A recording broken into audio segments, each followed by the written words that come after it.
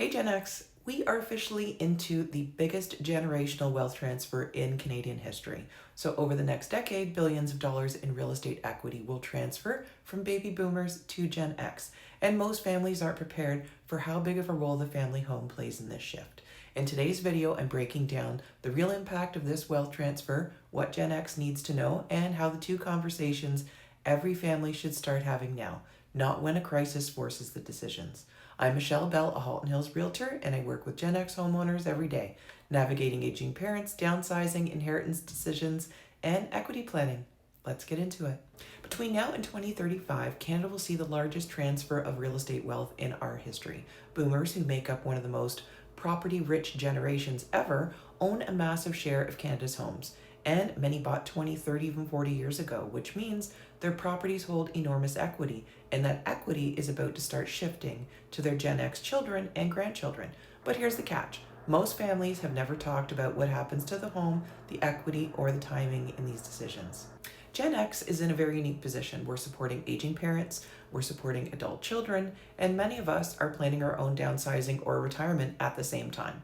So decisions around the family home, whether it's your parents' property or your own, have a direct impact on your financial future, your retirement, your kids' ability to buy, and how smooth the next decade goes for your family.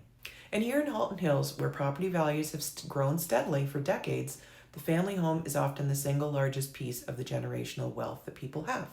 The first crucial step is understanding your parents' actual equity, not just what their home will sell for. Most families guess this number and they're actually way off. Let me explain why it matters. Equity determines what they walk away with, how long they can comfortably age in place, whether downsizing is realistic, what funds are available for care, retirement, or helping the kids, and whether selling now or later is financially smarter. And without knowing the true equity, families often make rushed decisions that lead to stress, disagreements, or leaving money on the table. The second piece is starting the what-if conversation early, long before health issues, financial pressure, or time-sensitive decisions force your hand. Here are some examples of questions that families should be talking about. So what happens to the home when parents no longer wish to maintain it, or are unable to?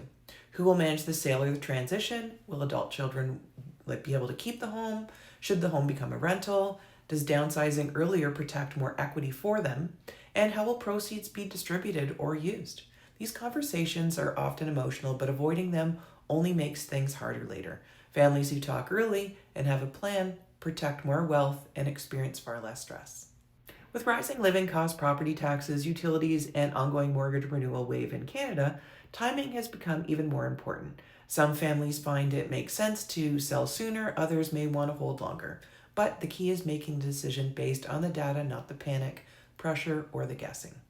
This generational wealth transfer is going to shape the next decade or so for Gen X families. So my goal is to bring you clarity, confidence, and calm to these conversations, because real estate decisions aren't just financial, they're deeply personal. If you're a Gen X and you want to understand how this applies to you and your family, I'll be breaking it down in simple, helpful videos all the time. Please like and subscribe for more information like this.